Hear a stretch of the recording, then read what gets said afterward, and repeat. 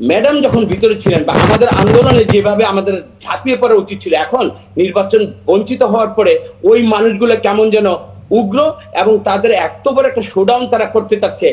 এই শোডাউনটা যদি আমরা হাসিনার বিরুদ্ধে, এই পাপিষ্টের বিরুদ্ধে সংগ্রামের মধ্যে যদি আমরা দেখাতাম, তাহলে বেগম খালেদা এবং তারেক রহমানের প্রতি কিন্তু আমাদের শ্রদ্ধা দেখানো হতো। দলের বিরুদ্ধে যারা স্ট্যান্ড নিবে, আমি বলতে চাই তারা দেখেন, তারা দলগতভাবে শাস্তি পাবে এবং সরকারের কাছে বিনীত অনুরোধ, তারা আইনের যে তার আইন প্রয়োগকারী সংস্থাকে তারা যে বিদ্যাঙ্গুলি দেখাচ্ছে, তাদের জন্য একটা দৃষ্টান্তমূলক শাস্তি, এই শাস্তিটা যেন আইনের মাধ্যমে অবশ্যই যেন প্রয়োগ করা হয়। কামরুজ্জামান রতন, অ্যাডভোকেট আতিকুর রহমান অভিযোগ করছিলেন যে এখানে আপনাদের অভ্যন্তরীণ যে কোন্দল, প্রার্থী দেবার পরে নানান জায়গায় নানান ধরনের ব্লকেড এবং অসন্তোষ ইত্যাদি বিষয়টা মানে দেশের আইন শৃঙ্খলা পরিস্থিতিকে একটা কনসার্নে পর্যায়ে নিয়ে যাচ্ছে।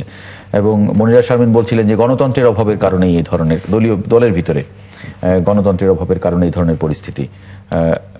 কি বলবেন? জনাব আতিকুর রহমান ভাইকে একটা শুধু কথা বলি, প্রতিপক্ষকে গায়েল করার মানসিকতাটা একটু পরিহার করতে হবে।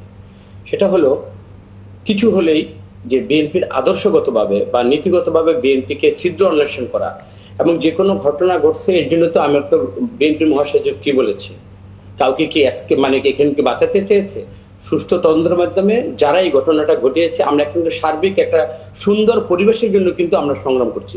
সর্বোপরি আপনি দেখেন, নির্বাচনের 3 তারিখ ঘোষণা করলো, এর আগেই কিন্তু আমাদের অ্যাক্টিং চেয়ারম্যান তারেক রহমান দৃঢ়ভাবে বলেছে যে আমাদের নির্বাচনে একজনকে আমরা নমিনেশন দিব প্রতিটা সিটের মধ্যে। এরপরে সবাইকে মানতে হবে। এই বার্তাটা যারা বোঝেনি, তাদের জন্য দুঃসংবাদ।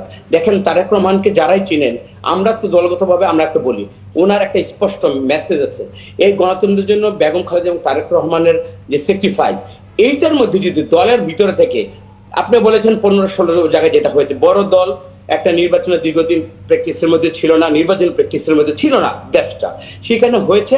আমরা কিন্তু এটাকে মেনে বুঝেই একটা বার্তা আপনার মাধ্যমে দিতে চাই। দেখেন, বেগম খালেদা জিয়া যখন ভিতরে এইভাবে নিঃসঙ্গ এবং কি জীবনটা উনি অতিবাহিত করে একটা গণতান্ত্রিক পরিবেশের মধ্যে উনি ফিরে আসছেন, এই মর্যাদাটা, এই অনুভূতিটাই, তারেক রহমানের আবেগী যে অ্যাপিলটা যারা না বুঝেন তাদের জন্য দুঃসংবাদ।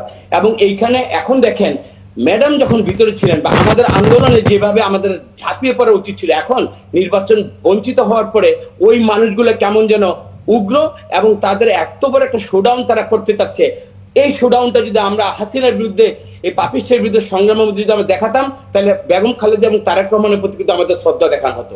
আমি সুস্পষ্ট ভাষায় আমাদের দলের যে স্ট্যান্ড, সেটা হলো এটা হয়েছে, এটা ধিক্কার, এটা নিন্দনীয় এবং আইনের মাধ্যমে অবশ্যই এটাকে ফাইন্ড আউট করে এটা ব্যবস্থা করতে হবে। এবং আজাদ ভাইয়ের মাধ্যমে আমি এই সরকারকে একটু অনুরোধ করব, এই যে নির্বাচনে একটা ঘটনার কারণে মানুষ যে একটা অবিশ্বাস এবং সন্দেহের জায়গায় চলে যাচ্ছে, আর্মি কিন্তু এদেশের সার্বভৌমত্বের প্রতীক এবং একটা ভীতিকর এবং ন্যায্যতার প্রতীক কিন্তু আর্মি। আর্মি থাকার পরে মাঠে ম্যাজিস্ট্রেসি পাওয়ার পরে আমরা চাচ্ছি যে নির্বাচন মানে পরিস্থিতিটা আরো বেশি শান্তিপূর্ণ এবং আস্থার জায়গায় নেওয়ার জন্য আর্মি যদি এবং আইন প্রয়োগকারী সংস্থা যদি আরো বেশি যত্নবান হয় এবং আরো বেশি সিরিয়াস যদি মাঠে থাকে, এই ধরনের অপতৎপরতা এবং এই ধরনের অপতৎপরতার মাধ্যমে নির্বাচনকে প্রশ্নবিদ্ধ করার যে অপচেষ্টা, এটা দৃঢ়ভাবে মোকাবেলা করা যাবে। সুতরাং আমাদের দলের ভিতরে কে করলো সেটা বড় কথা না, এখন দলের ভিতরে তারেক রহমান যে মানে তাদের যে শাস্তির ব্যবস্থা করবে, আপনি দেখবেন একটা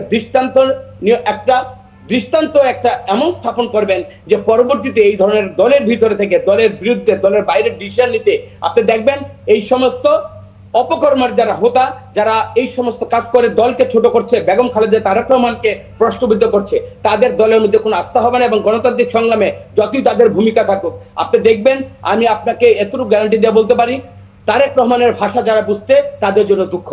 এবং বেগম খালেদা জিয়ার জন্য যাদের মায়া থাকবে না দলের জন্য, 17 বছর পরে যাদের এই সমস্ত দলের বিরুদ্ধে যারা স্ট্যান্ড নিবে, আমি বলতে চাই তারা দেখেন, তারা দলগতভাবে শাস্তি পাবে এবং সরকারের কাছে বিনীত অনুরোধ, তারা আইনের যে তার আইন প্রয়োগকারী সংস্থাকে তারা যে বিদ্যাঙ্গুলি দেখাচ্ছে, তাদের জন্য একটা দৃষ্টান্তমূলক শাস্তি, এই শাস্তিটা যেন আইনের মাধ্যমে অবশ্যই যেন প্রয়োগ করা হয়। আমরা এই জন্য সবাইকে আমরা চাই, জামাত ইসলাম সহকারে এনসিপি সবাইকে একটা গণতন্ত্রের রুজ্জটাকে ধরার জন্য আমরা সবাইকে দোষারোপ না করে, আমাদের যদি ভুল ত্রুটি থাকে বা করণীয় কি, আমরা যদি আন্দোলন একসাথে করতে পারি জামাত ইসলামের সাথে, আমরা পরিচিত, সেই জামাত ইসলাম আমাদেরকে ঘায়েল করার জন্য এই ধরনের ঘটনাটাকে আমাদেরকে পলিটিসাইজ করে আমাদেরকে নির্বাচনে আমাদের প্রশ্নবিদ্ধ না করার জন্য আমি বিনীতভাবে আতিক ভাইকে আমি অনুরোধ করছি। অ্যাডভোকেট আতিকুর রহমান। জি ধন্যবাদ। এটা কাউকে ঘায়েল করার জন্য না, পরিস্থিতির বাস্তবতা আমরা তুলে ধরেছি। আমরা মনে করি এখন নতুন বাংলাদেশ, সবারই রাজনৈতিকভাবে সবাই কম বেশি সংস্কার সবার মধ্যে হয়েছে। নমিনেশন নিয়ে যে ঘটনাগুলো ঘটেছে এটি তো অস্বীকার করার কোনো সুযোগ নেই। রাস্তা অবরোধ হয়েছে, রেল লাইন অবরোধ হয়েছে, এটি তো সত্যটা আমাদেরকে বলতে হবে। এটি বলার মধ্যে দিয়ে আমরা চাই ওনারা সংশোধন হয়ে গেছে। মানে নির্বাচনের সময় এগুলো এক ধরনের অসন্তোষ, ছোটখাটো নানান, সেটা সব দলের মধ্যে, বড় দলগুলোর মধ্যে এগুলো হয়। কিন্তু মানে আরেকটা প্রশ্ন অ্যাডভোকেট আতিকুর রহমান, যে এখনো তো নির্বাচনী মানে তফসিল ঘোষণা হয়নি, এর আগে তো মানে এটা কি আরপিওর কোনো ধরনের কি লঙ্ঘন টঙ্ঘন হচ্ছে কিনা, মানে আমার ঠিক জানা নেই আইনগুলো। কারণ আমরা তো সবসময় দেখি যে যখন তফসিল ঘোষণা হবে তারপরে আমরা নমিনেশন পেপারগুলো দেখি, তারপরে না একটা নির্বাচনী প্রসেসের মধ্যে যায়। এটা এত আগে হয়ে যাবার পরে, আপনারা তো অনেক আগে ঘোষণা করেছেন যে কারণে অন্য দলগুলোকেও খুব দ্রুতই আসলে প্রস্তুতিতে যেতে হয়েছে, আপনারা অনেকটা বাধ্য করেছেন বলে অনেকে বলেন। মানে সেই জায়গা থেকে আসলে আগেই ভোট চাওয়া আইনের মানে কি কোনো বাধা টাধা আছে কিনা? দেখুন, আমরা এটাকে ইতিবাচক ভাবে দেখতে চাই। যেহেতু বাংলাদেশে দীর্ঘ সময় নির্বাচনের কোনো পরিবেশ ছিল না, আমরা এর মধ্যে দিয়ে মানুষের মধ্যে একটা আগ্রহ তৈরি করেন আমরা একটা ইলেকশনে, যাতে সবাই সে ইলেকশন অংশগ্রহণ করে। দেখুন, যখন তফসিল হয়ে যায় তখন অনেক আমরা নিয়ম কানুনের মধ্যে আমরা আবদ্ধ হয়ে যাব। যেহেতু এখনো তফসিলের হয়তো 1 মাস সময় বাকি আছে, এই সময় প্রত্যেক দল চায়, অনেকেরই দলের নতুন নমিনি আছেন, কিংবা দীর্ঘ সময় সবাই দলকে সংগঠিত করার সুযোগ পায়নি। আমি মনে করি এর মধ্যে দিয়ে এটা গণতন্ত্রের চর্চা হচ্ছে, সবাই দলকে গোছানোর সুযোগ পাচ্ছেন এবং মানুষের কাছে সব দলগুলো যাচ্ছেন যে আসলে যাতে করে মানুষ তার সঠিক মূল্যায়নটা করার সুযোগ সেখানে পায়। এটাকে আমি আইন বহির্ভূত মনে করছি না, বরং এটি একটা নির্বাচনের পরিবেশ তৈরি করার একটা সহায়ক বলে আমার কাছে মনে হচ্ছে। জি, কোনো প্রশ্ন থাকলে? না, প্রশ্ন নাই, প্রত্যাশা আছে আমাদের সবার কাছে। আমাদের সবার কাছে প্রত্যাশা আছে রাজনৈতিক সংস্কৃতি পরিবর্তনে আপনাদের মানে ভূমিকাটা রাখতে হবে, কেমন হওয়া উচিত ভূমিকাটা। মনিরা শারমিন কি দিয়ে শুরু করি? মনিরা শারমিন, মানে এই যে আগে ভাগে শুরু করা, সেটাও একটু যুক্ত করেন, মানে এটা নির্বাচনী আচরণ বিধিটিতে আর লঙ্ঘন টঙ্ঘন হচ্ছে কিনা। দেখেন, আমরা তো আসলে বিভিন্ন সময় আমরা যখন নির্বাচনের কথা বারবার করে এসছে এবং বিএনপির রাজনীতিটা মূলত আমরা দেখেছি যে বিএনপির আসলে মেসেজ কি, মানে দলের মেসেজ আমরা খোঁজার চেষ্টা করেছি। আমরা দেখেছি যে নির্বাচনমুখী রাজনীতি করেছে সবসময়, এবং 5 আগস্ট পরবর্তী সময়েও কিন্তু তাদের দলে আমরা অন্য কোনো মেসেজ পাইনি। শুধুমাত্র গণতন্ত্রের একমাত্র অর্থ তারা বলেছে নির্বাচন। সেখানে আমরা যখন বলছি যে সংস্কারের কথা, আমরা যখন বলছি বিচারের রূপরেখা, তারা তখন ভাবছে মানে এরকম ন্যারেটিভ তারা প্রতিষ্ঠিত করতে চেয়েছে বহুদিন ধরে। হ্যাঁ, মানে গণতন্ত্রে তো ফিরতে হলে আপনাকে নির্বাচনের মাধ্যমে ফিরতে হবে, আর কোনো উপায় তো নেই। একেবারে সুস্পষ্টভাবেই আমাদের নির্বাচনে ফিরতে হবে। কিন্তু আমাদের এটাও মনে রাখতে হবে যে 5 আগস্ট পরবর্তী একটা বাংলাদেশ, এটা গণ অভ্যুত্থান ঘটে গেছে। 5 আগস্ট পরবর্তী সময় শুধুমাত্র গণতন্ত্র বলতে যদি আপনারা নির্বাচনই বলছেন, সেটাও কিন্তু একটা সমস্যার ব্যাপার। সেখানে অবশ্যই সংস্কার, আমাদের যে সিস্টেমের পরিবর্তন আমরা যেটা বলছি, রাজনৈতিক সংস্কৃতির পরিবর্তন, সেটাও একটা ব্যাপার।